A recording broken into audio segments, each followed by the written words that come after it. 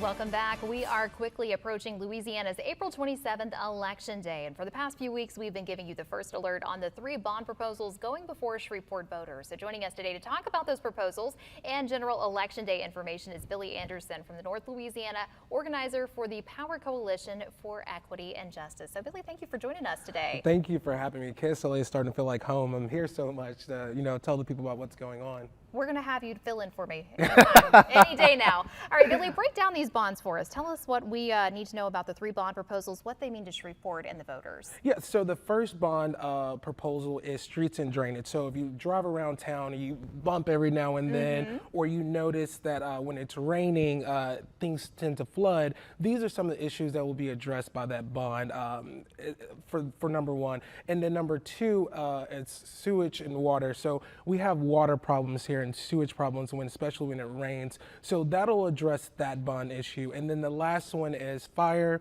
police, and SPAR, which is our parks and recreation. We're seeing some major upgrades, especially when it comes to splash pads and pools at our SPAR center. So it's really great for the city of Shreveport. Absolutely. We are seeing some desperately needed upgrades. And I know that a lot of the citizens of Shreveport, they've been very vocal about the needs, for the roads and for the drainage. Yeah, so if you've seen or if you've been around Shreveport and you've seen the condition that our infrastructure is in, it's important that you get out and vote on Saturday to make sure your voice is heard in this election and that your area is represented as well. And that's why we have to remind people constantly, because you and I were talking about this, sometimes we forget that there are so many things to vote on. Yeah, so in Louisiana we have about 5 elections this year, and this is the second election that we're having this year. So it's important that citizens stay alert when we're having these elections and do their research about exactly what they're voting on so they're not misguided voters. I gotcha. So if we want to understand those propositions and those bonds a little more in depth, what's a good way to get more information? Yeah, so the city of Shreveport has information about the bonds all over their website. You can also contact your city council person for your district, and they can give you more information about what projects in your neighborhood or in your council district is being upgraded.